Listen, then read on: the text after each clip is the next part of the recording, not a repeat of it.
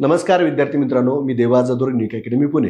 विद्यार्थी मित्रांनो, ऑलिम्पिक नंतरची दर 4 वर्षांनी होणारी राष्ट्रकुल क्रीडा स्पर्धा जी आहे ती ऑलिम्पिक नंतरची सर्वात मोठी क्रीडा स्पर्धा आहे. आणि ही जी क्रीडा स्पर्धा आहे यावर्षी स्कॉटलंडमधील ग्लासगो या ठिकाणी ही 23व्या क्रमांकाची पार पडली. मग आपल्याला येणाऱ्या परीक्षेमध्ये बघा, मी याच्यापूर्वी अनेक वेळेस तुम्हाला सांगितले की 4 वर्षानं 5 वर्षानं होणाऱ्या घटना आपल्याला परीक्षेत विचारल्या जातात. मग येणाऱ्या परीक्षेमध्ये ह्या राष्ट्रकुल क्रीडा स्पर्धेवर प्रश्न विचारला जाणार आहे, हा एक मुद्दा. आणि दुसरा मुद्दा काय विचारला जाईल, समजा याच्यामध्ये या स्पर्धेत भाग घेतलेले खेळाडू त्यांनी मिळवलेली 39 पदके, हा एक मुद्दा. आणि दुसरा, आता येणारी 2030 ची ऑलिम्पिक स्पर्धा आपल्या भारतामध्ये दुसऱ्यांदा अहमदाबाद या ठिकाणी होती, पहिल्यांदा दिल्लीमध्ये झाली होती. मग आता या जे काही ग्लासगोची स्पर्धा पार पडली, या स्पर्धेतली इतर माहिती तर आपण पाहूया, परंतु तत्पूर्वी आपण अंतिम पदक तालिका पाहूया. कोणत्याही स्पर्धेतील अंतिम पदक तालिकेवर आतापर्यंत एमपीसी मध्ये प्रश्न विचारलेलेच आहेत. फक्त आता विचारताना या ठिकाणी आपण पेपरमध्ये वाचलं असते, शेवटच्या दिवशी स्पर्धा झाल्यावर 39 भारताला पदके मिळाले, हे पाठ केलेलं असतं. परंतु या ठिकाणी लक्षात घ्या, एमपीसीचं स्पर्धा परीक्षेचं स्वरूप चेंज होत चाललंय. आता ह्या स्वरूप चेंज मध्ये ज्यांनी ह्या 2 वर्षात परीक्षा दिल्या त्यांच्या लक्षात येईल काय स्वरूप चेंज झाले. विद्यार्थी मित्रांनो, असे हे 3 देश दिलेले आहेत. पहिले 3 देश देतात आणि त्यांच्या सुवर्ण, रौप्य, कांस्य आणि एकूण पदकामधलं अयोग्य जोडी ओळखा असं म्हटलं जातं. एवढ्या काठिण्य पातळीचा प्रश्न दिला जातो. म्हणून सेपरेट मी राष्ट्रकुलवर व्हिडिओ बनवण्यामागचं कारण सुद्धा तेच आहे की आपल्याला याच्यावर जर प्रश्न आला म्हणण्यापेक्षा येणारच आहे, तर पैकीच्या पैकी मार्क हा व्हिडिओ पाहिल्यानंतर तुम्हाला या घटनेवर पडलेच पाहिजेत. या अंतिम पदक तालीमध्ये ऑस्ट्रेलिया हा प्रथम क्रमांकावरचा देश आहे. 70 सुवर्ण, 45 रौप्य, 56 कांस्य असे 171 एकूण पदक जिंकले. इंग्लंड हा दुसरा देश आहे. 29, 45 रौप्य, 36 कांस्य असे एकूण 110 पदक इंग्लंडला मिळालेले आहेत. कॅनडा तिसऱ्या स्थानी आहे. 39 सुवर्ण, 20 रौप्य, 23 कांस्य अशी टोटल 62 पदकं जिंकले आहेत. आणि या यादीमध्ये भारताचा अंतिम पदक तालिकेमध्ये कितवा क्रमांक आहे पदक तालिकेमध्ये, तर 4था आहे. 13 सुवर्ण, 17 रौप्य, 9 कांस्य आणि 39 या ठिकाणी आपण पदकं जिंकलेली आहेत. आता या ठिकाणी एक लक्षात घ्या की स्कॉटलंड जो यजमान देश आहे याला देखील 39 मिळाले, भारताला देखील 39 मिळाले. मग तुमचा काही मुलांचा प्रश्न असेल, मग भारत 4थ्या स्थानावर कसा आहे आणि स्कॉटलंड 5व्या स्थानावर कसं काय. मग याचं उत्तर तुम्हाला सांगतो. भारताला 13 सुवर्ण आहेत, स्कॉटलंडला 13 सुवर्ण आहेत. तुम्ही म्हणताल सुवर्ण तर एकच आहेत. टोटलमध्ये भारत 39 आहे, स्कॉटलंड 39 आहे. तुम्ही म्हणताल मग असं कसं काय भारताचा क्रमांक चेंज झाला. ज्यावेळेस सुवर्ण समान आहेत त्यावेळेस दुसऱ्यांदा काउंट केलं जातं रौप्यमध्ये. बघा, इथं भारताला रौप्य 17 जास्त आहेत आणि इथं स्कॉटलंड 9 आहेत. या बेसवर भारत कितव्या क्रमांकावर गेला, 4थ्या क्रमांकावर. हा चार्ट पाठच करायचा. आता 4थ्या स्थानी आपण पाहिलेच, यजमान स्कॉटलंड कितव्या स्थानी, 5व्या स्थानी. आणि हा चार्ट सुरुवातीला घेण्यामागचंच कारण आहे की याच्यावर हमखास प्रश्न विचारलेला असतो. आता त्यानंतर पुढला भाग बघूया आपण. आता यात बघा, आपल्या भारतामध्ये 2010ला दिल्लीमध्ये ज्यावेळेस राष्ट्रकुल स्पर्धा पार पडली 101 पदकं जिंकली होती आणि आता फक्त 39 आहेत. तुम्ही म्हणताल सर की 39 असून आपला गाजावाजा काय. याच्या मागचं कारण आहे, यावेळेस 123 खेळाडूंनी सहभाग घेतला आणि फक्त 10 खेळ होते. लक्षात घ्या, जिथं आपला हँड आहे पदकं मिळवण्याचं तेच खेळ यावेळेस या राष्ट्रकुलमधनं वगळण्यात आले होते. तरी देखील भारतानं खूप कमी खेळाडू आणि 10च खेळ असताना सुद्धा 39 पदकं जिंकून भारत 4थ्या स्थानी राहिलाय. आणि खेळली ह्या पदकाची ही यादी जर बघितली, बॉक्सिंगमध्ये 7 सुवर्ण, 3 रौप्य, 0 कांस्य असे एकूण 10 पदकं जिंकल्यात. ॲथलेटिक्समध्ये 3 सुवर्ण, 7 रौप्य, 6 कांस्य, 16 एकूण ॲथलेटिक्समध्ये. जुडोमध्ये 2 सुवर्ण, 1 रौप्य, 1 कांस्य असे 4 जिंकलेत. वेटलिफ्टिंगमध्ये 1 सुवर्ण, 6 रौप्य, 1 कांस्य असे 8 जिंकलेत. पॅरा पॉवर लिफ्टिंगमध्ये 0 सुवर्ण, 0 रौप्य आणि 1 कांस्य असे 1 पदक एकूण मध्ये मिळाले. आणि एकूण मध्ये 13 सुवर्ण, 17 रौप्य, 9 कांस्य असे एकूण 39. आता इथं तुम्हाला पॅरा हा शब्द दिसला. ह्या स्पर्धेचं आगळे वेगळं वैशिष्ट्य विद्यार्थी मित्रांनो असं आहे की या स्पर्धेमध्ये रेग्युलर स्पर्धेबरोबर दिव्यांगाची, अपंगाची, त्यालाच आपण आता पॅरा असं शब्द म्हणतो, या देखील स्पर्धेचा समावेश होता. हा देखील चार्ट आपल्यासाठी महत्वाचा आहे. आता यात बघा, परत मी हा बॉक्स का घेतला त्याच्या मागचं कारण आहे, ज्यांनी गेल्या वर्षीची परीक्षा दिलेली आहे किंवा या वर्षीचे काही एमपीसीच्या परीक्षा दिल्या त्यांना माहिती असेल. एक उदाहरण म्हणून सांगतो. ब्रिक्सची परिषद समजा 2026ची कोटे पार पडले, आपण पाठ करून जातो चालू घडामोडीमध्ये, पण आयोगाने याच्या पुढले प्रश्न विचारले एका साईडला 2026, 2025, 2024, 2023 आणि ह्या प्रत्येक ठिकाणची ठिकाणे विचारली. तोच प्रकार जर इथं विचारला 26ला 39 आपलं पाठ आहे. जर 22, 18, 14 आणि 10चे पाठ नसेल तर आपल्या इन्फॉर्मेशनला काही व्हॅल्यू राहत नाही. हे मी यासाठी परत परत फोडून सांगतो विद्यार्थी मित्रांनो. बघा, तलाट्याची परीक्षा ज्याला ग्राम महसूल अधिकारी असं नवीन नाव देण्यात आले, ती परीक्षा आता एमपीसीच्या गट क मध्ये समाविष्ट करण्यात आलं पद, त्यालाच आपण कंबाईनची गट क ची परीक्षा म्हणतो. महाराष्ट्रातल्या अनेक मुलांचे फोन येतात. मला काही दिवसापूर्वी एक फोन आला होता, सर गट क मध्ये जी काही पद आहेत याच्यामध्ये आता तलाठी ऍड केले, आपल्याला सगळ्याला माहित झाले. तर एक मुलगा फोन करून विचारतोय, सर तलाट्याचा सिलेबस काय? जो गट क चा सिलेबस आहे तोच तलाट्याचा सिलेबस आहे. जे गट क ला मार्किंग आहे तेच तलाट्याला मार्किंग आहे. वेगळं काय असणार आहे का? मग तुम्ही म्हणताल की एवढं फोडून सांगण्याचं कारण काय? याचं कारणच असं आहे की आपल्याला वरवरच्या गोष्टी माहिती असेल तर आपण परीक्षेत पास होत नाही. 26 मधल्या 39च माहिती असून पास होणार नाही. 22 मध्ये आपल्याला 60 पदकं मिळाली, 18 मध्ये 66 मिळाली, 14 मध्ये 64 मिळाली आणि 10 मध्ये ज्यावेळी स्पर्धा भारतात झाली होती त्यावेळेस आपल्याला 101 मिळाले. आणि मी परत तुम्हाला मागा उल्लेख काय केला, 2030 ची स्पर्धा, ह्या स्पर्धेचं आगळं वेगळं वैशिष्ट्य, ही स्पर्धा भारतात होणार आहे. आपल्या अभिमानासाठी गोष्ट आहे.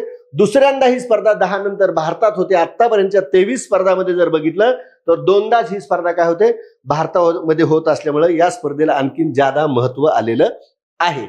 आता इथं मात्र सगळ्यात किचकट भाग आहे आणि तुम्ही म्हणताल हे सगळं करावं लागेल का? आणखीन एकदा तुम्हाला पुढली स्लाइड दाखवतो बघा. आता इथं आपण येऊया पहिल्या याच्यामध्ये. बघा, भारतानं आपण 13 सुवर्ण म्हणले, 17 रौप्य म्हणले आणि 9 कांस्य. तुम्ही म्हणताल सर ही सगळी नावं पाठ करायची का? ही नावं टोटल किती? 39. आता इथे लक्षात घ्या, मी दरवर्षी जानेवारीच्या व्हिडिओमध्ये बघा पद्म पुरस्कार सांगत असतो. जवळजवळ 121, 129, 130, 140 त्या वर्षी मिळालेले असतात. या 2026 मधल्या एमपीसीच्या जे काही एक्झाम झाल्यात त्याच्यामध्ये तुम्ही बघितलं जोड्या जुळवा स्वरूपात प्रश्न विचारलाय. आणि जोड्या जुळवामध्ये काय विचारलं तुम्हाला हे एक सांगतो. एका साईडला पुरस्कार प्राप्त व्यक्ती आणि दुसऱ्या साईडला त्यांचं क्षेत्र. मला विश्वास बसणार नाही, समजा 121 लोकांना दिलाय किंवा 130 लोकांना, जे काय आकडा असेल त्यावेळेचा. एका साईडला अशी नावं घेतलेली आहेत आणि त्यांचं क्षेत्र घेतलेलं आहे. इथं सुद्धा तोच प्रकार होणार आहे. तुम्ही म्हणताल हा आता मेन्सला विचारलाय, कंबाईनच्या मेन्सला हा प्रश्न विचारला, आता झालेल्या परीक्षेमध्ये विचारलाय. मग त्यावेळेस सुद्धा मी सांगितलं होतं की तुम्हाला ती 121, 29, 30 जे काय नावं असतील ती पाठ करायला लागतील. आताही सांगतो ही 39 नावं पाठच करावी लागतील, लक्षात ठेवावी लागतील. जास्तीत जास्त वेळा रिव्हिजन केले की ते पाठच होऊन जातात. Preeti Pawar boxing, Jaismine Lamboria boxing, Sakshi Chaudhary boxing, Priya घनसस बॉक्सिंग, त्यानंतर अरुंधती चौधरी बॉक्सिंग, सचिन शिवाज बॉक्सिंग, अंकुश पगाल बॉक्सिंग. म्हणजे बॉक्सिंग मधले किती नाव आहेत, पॅरा ॲथलेटिक्स मध्ये किती, जुडो मधली किती, ॲथलेटिक्स मधली किती आहेत, मग कोणाला कांस्य मिळाले, कोणाला रौप्य मिळाले, कोणाला सुवर्ण मिळाले, हा चार्ट तुम्ही स्क्रीनशॉट मारून घ्यायचा. कंपल्सरी पाठच करायचा, त्याशिवाय पर्यायच नाही. याच्यावर प्रश्न काय विचारणार आहेत? मग तुम्हाला याच्यावर प्रश्न काय विचारणार आहेत? नुकतेच राष्ट्रकुल क्रीडा स्पर्धेमध्ये नीरज चोप्राने ॲथलेटिक्स मध्ये कोणतं पदक जिंकलं, कोणत्या खेळाशी संबंधित आहे, प्रवीण चित्रावेल कोणतं पदक जिंकलं, कोणत्या खेळाशी संबंधित, त्यामुळे हा भाग कंपल्सरी पाठ करायचाच आहे. पूर्ण टोटल नाव किती? 39. आता ह्यातलं जर मी मीराबाई चानूचं बघितलं तर सगळ्यात महत्वाचं म्हणजे सलग 3 स्पर्धेमध्ये सुवर्ण पदक जिंकलेलं आहे. त्याच्यात जर तुम्ही बघितलं आणखीन ह्याच्यामध्ये तर बघा, ह्या चार्टमध्ये एक नाव आहे, याच्यामध्ये झंडू कुमार. आता तुम्ही म्हणताल सर या झंडू कुमारचं काय वैशिष्ट्य आहे? पॅरा पॉवर लिफ्टिंग मध्ये अशी नाव आहेत, पॅरामध्ये हिथं पण नाव आहेत. ह्या झंडू कुमार हा बिहारचा खेळाडू आहे. याचं आगळं वेगळं वैशिष्ट्य काय की राष्ट्रकुल स्पर्धेमधलं पहिलं पदक अपंग व्यक्तीनं, दिव्यांग व्यक्तीनं, आता अपंग हा शब्द वापरणं चुकीचं आहे, शासनाने त्याला दिव्यांग असं नाव दिलेलं आहे. दिव्यांग व्यक्तीनं झंडू कुमार या खेळाडूनं पॅरा पॉवर लिफ्टिंग मध्ये भारतासाठी राष्ट्रकुल मधलं पहिलं पदक मिळून झालं. हे एक आगळं वेगळं वैशिष्ट्य. आता आणखीन हे बघा, गुलवर सिंग नावाचा हा खेळाडू आहे. ह्या 39 मध्ये ह्या गुलवर सिंगने आपल्याला 2 पदकं मिळवून दिलेत. गुलवर सिंगचं ह्या यादीत जर तुम्ही पूर्ण नावं चेक केली तर वेगवेगळ्या ठिकाणी तुम्हाला 2 नावं दिसतील. त्या 2 नावामध्ये गुलवर सिंगने किती पदकं मिळवले? 2 पदकं. मग ह्या यादीतलं वैशिष्ट्य काय? झंडू कुमारचं एक लक्षात ठेवायचं पहिलं पदक.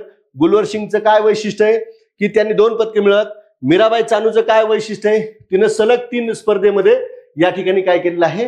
पदकं मिळवले आहेत. हा एक भाग तुम्ही लक्षात ठेवायचा. आणि 39 मध्ये आपल्याला परीक्षेलाच विचारला जाईल असा एक भाग आपल्याला लक्षात ठेवायचा आहे. ते म्हणजे यात एक लक्षात घ्या, महाराष्ट्रातील 2 खेळाडू आहेत. आपण पुढल्या स्लाइडमध्ये कोणते आहेत तत्पूर्वी ह्यात बघू. बघा, 13 सुवर्ण पदकामध्ये 13 जे जिंकले सुवर्ण पदक त्यात 8 महिलांनी जिंकलेत. वाक्य लक्षात घ्या, किती म्हणलं 8. 39 पदकं भारताने जिंकल्यात, त्यात 16 पदकं महिलांनी जिंकल्यात. मग तुम्ही म्हणताल इथं 8 महिला, इथं 16 कसं काय म्हणले? 13 सुवर्णपैकी 8 महिला आहेत आणि एकूण 39 पैकी 16 महिला आहेत, हे लक्षात घ्या. त्यामध्ये मग 8 सुवर्ण 4 रुपये 4 हा स्टॅटिकचा भाग आहे, तो पाठ करावाच लागेल. लांब पल्ल्याचा धावपटू गुलवर सिंगची 2 पदकं उल्लेख केला आपण. मीराबाई चानूची सलग 3ऱ्या स्पर्धेत पदकं हा देखील उल्लेख केलेला आहे. पुढे या बघा, आता ह्या राष्ट्रकुल मधली 100% आपल्याला प्रश्न येईल असा हा टॉपिक आहे. 100% असा मी मुद्दाम म्हटलंय कारण की ह्या राष्ट्रकुल मधले 19 मध्ये 2 महाराष्ट्राचे खेळाडू आहेत की त्यांनी पदकं जिंकल्यात. तो दिलीप गावित आपल्यासाठी प्रेरणादायी आहे. पॅरा ॲथलेटिक्स मध्ये अपंग आहे. पॅरा ॲथलेटिक्स मध्ये पुरुषाच्या 100 मीटर T47 प्रकारात त्यांनी कोणतं पदक पटकावलंय? सुवर्ण पदक. दिलीप गावित. आणि ह्यात सगळ्यात महत्वाचं, महाराष्ट्रानं दोन्ही जी पदकं पटवल्या ते दोन्ही खेळाडू हे नाशिक जिल्ह्यातील, हे लक्षात ठेवायचे. तुम्हाला प्रश्न येईल, दिलीप गावित कोणत्या खेळाशी संबंधित आहे, कोणतं पदक जिंकलं, अशा पद्धतीने आणि कोणत्या जिल्ह्याशी संबंधित आहे. आता 100 मीटर अंतर 10.71 सेकंदात पूर्ण केलं. अवघड्यात जर जाऊन आयोगाने प्रश्न विचारला, दिलीप गावित माहिती आहे, नाशिक माहिती, पॅरा ॲथलेटिक्स माहिती, आणि जर सेकंद माहिती नसेल तर आपल्या अभ्यासाला अर्थ राहत नाही. त्यानंतर राष्ट्रकुल क्रीडा पॅरा ॲथलेटिक्स प्रकारात सुवर्णपदक जिंकणार ते पहिले भारतीय खेळाडू ठरले.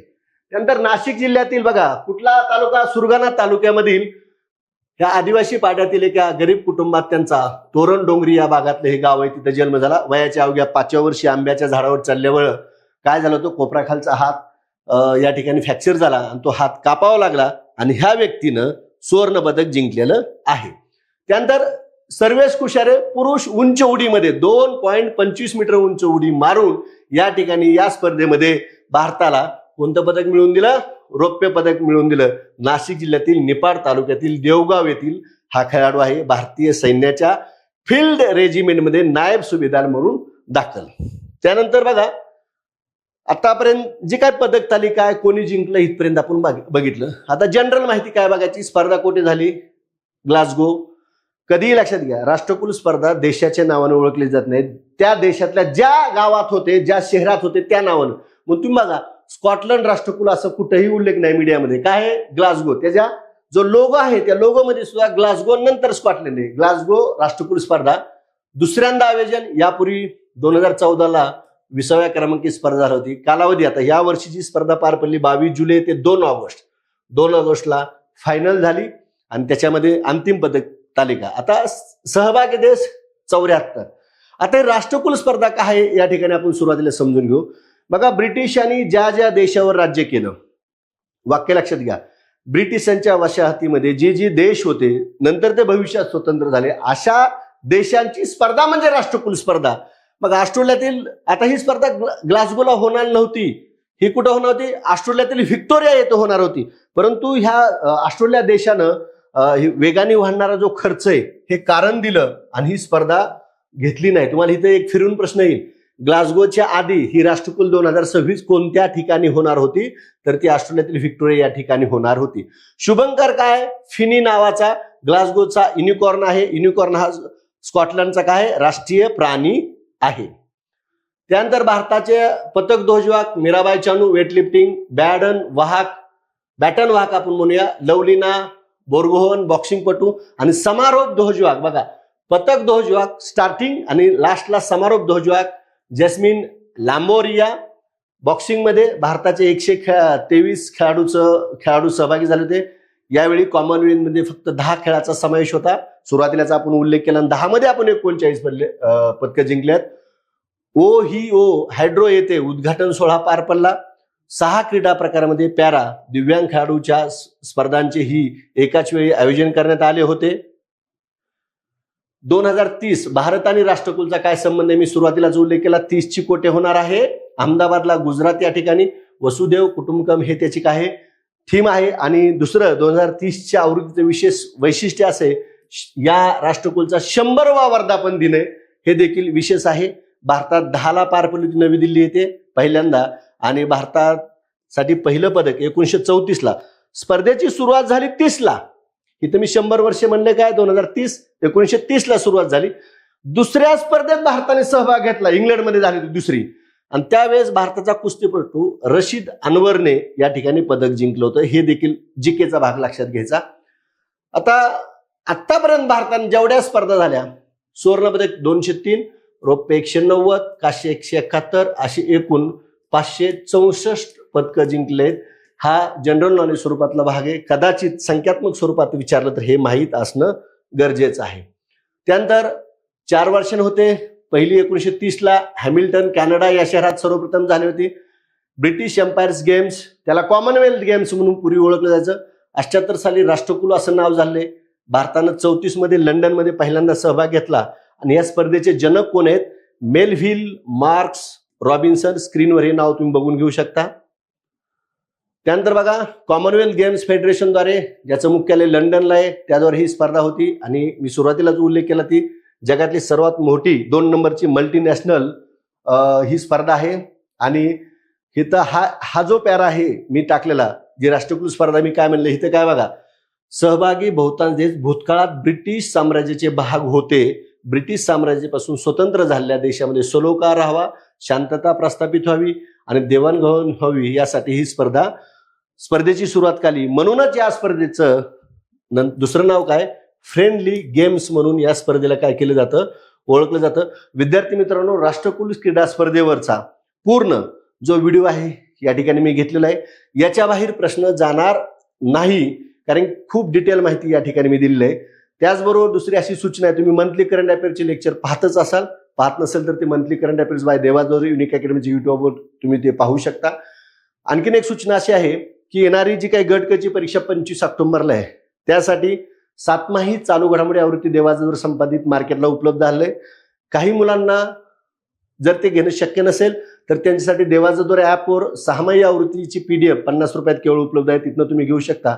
आणि दररोजच्या अपडेटसाठी चालू घडामोडी बाय देवाजोर या चॅनलला तुम्ही जॉईन करू शकता. हा व्हिडिओ कसा वाटला या संदर्भातल्या कमेंट आपण कमेंट बॉक्समध्ये टाकावा. धन्यवाद. हॅलो फ्रेंड्स, तुम्ही UPSC किंवा MPSC 2027च्या अटेम्प्टची तयारी करताय, पण सुरुवात कुठून करावी हे कळत नाहीये. मग तुमच्यासाठी आहे द युनिक अकॅडमीची 1 इयर GS इंटिग्रेटेड बॅच. यात पूर्व परीक्षा, मुख्य परीक्षा आणि मुलाखत या तिन्ही टप्प्यांची एकत्रित, नियोजनबद्ध आणि सर्वसमावेशक अशी तयारी एकाच वर्षात करून घेतली जाईल. ही बॅच खास मराठी माध्यमाच्या विद्यार्थ्यांसाठी आहे आणि ही फक्त ऑफलाईन स्वरूपात होणार आहे. आमच्या अनुभवी मेंटर्सकडून तुम्हाला पर्सनल गायडन्स मिळणार आहे. ही बॅच 17 ऑगस्टपासून सुरू होतीये. याची वेळ सोमवार ते शनिवार संध्याकाळी 5 ते 7 अशी असेल. युनिकच्या ज्ञानेश्वर पादुका चौक पुणे या कॅम्पसला ही बॅच होईल.